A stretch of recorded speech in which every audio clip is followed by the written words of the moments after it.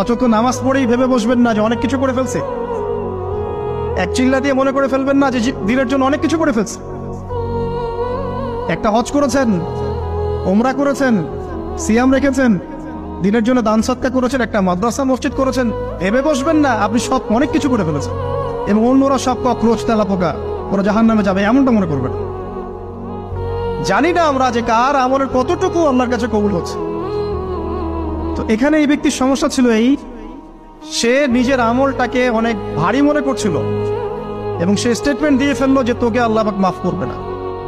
এই একটা কথা মন থেকে বলার কারণে তার ইহকাল পরকাল দুটা বরবাদ হয়ে গেল, সে জাহান্নামে চলে গেল। ঠিক আরেক ব্যক্তির ঘটনা আছে এমন, এগুলো সবগুলো রেফারেন্স আছে। এক ব্যক্তি প্রচুর ইবাদত করত, আল্লাহ পাক তার ইবাদত করার জন্যে পাহাড়ের চূড়ায় একটা সুন্দর ব্যবস্থাও করে দিয়েছিলেন। সেখানে ডালিম গাছ হতো, ঝর্ণা আসতো, খাবারের কোনো অভাব নাই। হাদিসে এসেছে 500 বছর সে ইবাদত করেছে। কত বছর? কিয়ামতের মাঠে এই ব্যক্তির অবস্থা এমন হবে, তাকে জান্নাতে প্রবেশ করানোর জন্য নিয়ে যেতে বলা হবে যাও আমার রহমতে জান্নাতে চলে যাও। আল্লাহ পাক তাকে এই কথাটা বলবেন, কিন্তু এই ব্যক্তি বলবে আমার আমলের কারণে, আল্লাহ পাক বলবেন আমার রহমতে জান্নাতে চলে যাও। ব্যক্তি বলবে আমার আমলের কারণে। আল্লাহ রাব্বুল আলামিন তখন তাকে দেওয়া সমস্ত নেয়ামতগুলোকে এক পাল্লায় করবেন আর তার সমস্ত আমলকে আরেক পাল্লায় করবেন। তারপর দেখা যাবে আল্লাহর সমস্ত নেয়ামত তার একটা চোখের সমান হয় নাই। কথা কি বুঝতে পারছেন? একটা চোখের যে নেয়ামত আল্লাহ পাকের, সমস্ত আমল ও 500 বছরের ইবাদত এতটুকু হয়নি।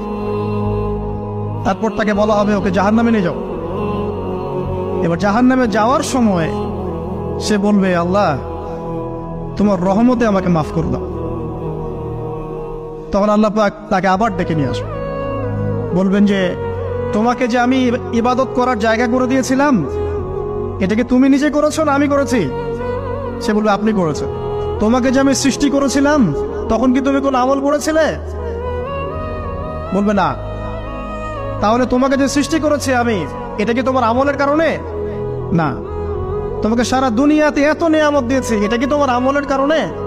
সে বলবে না। তখন তাকে জান্নাতে প্রবেশ করানো হবে। কিয়ামতের মাঠে এমন অনেক ঘটনা ঘটবে যেটা আমাদের চিন্তার বাইরে। আরেকজন ব্যক্তিকে ডেকে আনা হবে, যে ব্যক্তি একটা দুটা নয় বরং 100টা খুন করেছে। সে 99 জন মানুষকে হত্যা করার পর ফতোয়া খুঁজে বেড়াচ্ছিল যে আমার তওবা কবুল হবে কিনা। একজন আবেদের কাছে গিয়েছে। আবেদ আর আলেম কিন্তু এক জিনিস না। আবেদ মানে যে প্রচুর ইবাদত করে, তার জ্ঞান কম, সে শুধু জানে কিভাবে ইবাদত করতে হয়। আলেম হচ্ছে সে যে শরীয়তের গভীর জ্ঞান জানে আবার ইবাদতও করে। আবার যারা জ্ঞান আছে আমল নাই, সেও কিন্তু প্রকৃত আলেম না। প্রচুর জ্ঞান আছে কিন্তু জ্ঞান অনুযায়ী আমল করে না, সেও কিন্তু প্রকৃত আলেম নন।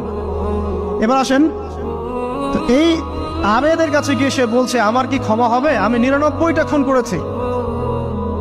সে বলল তোমার আবার ক্ষমা? তোমার ক্ষমা নাই।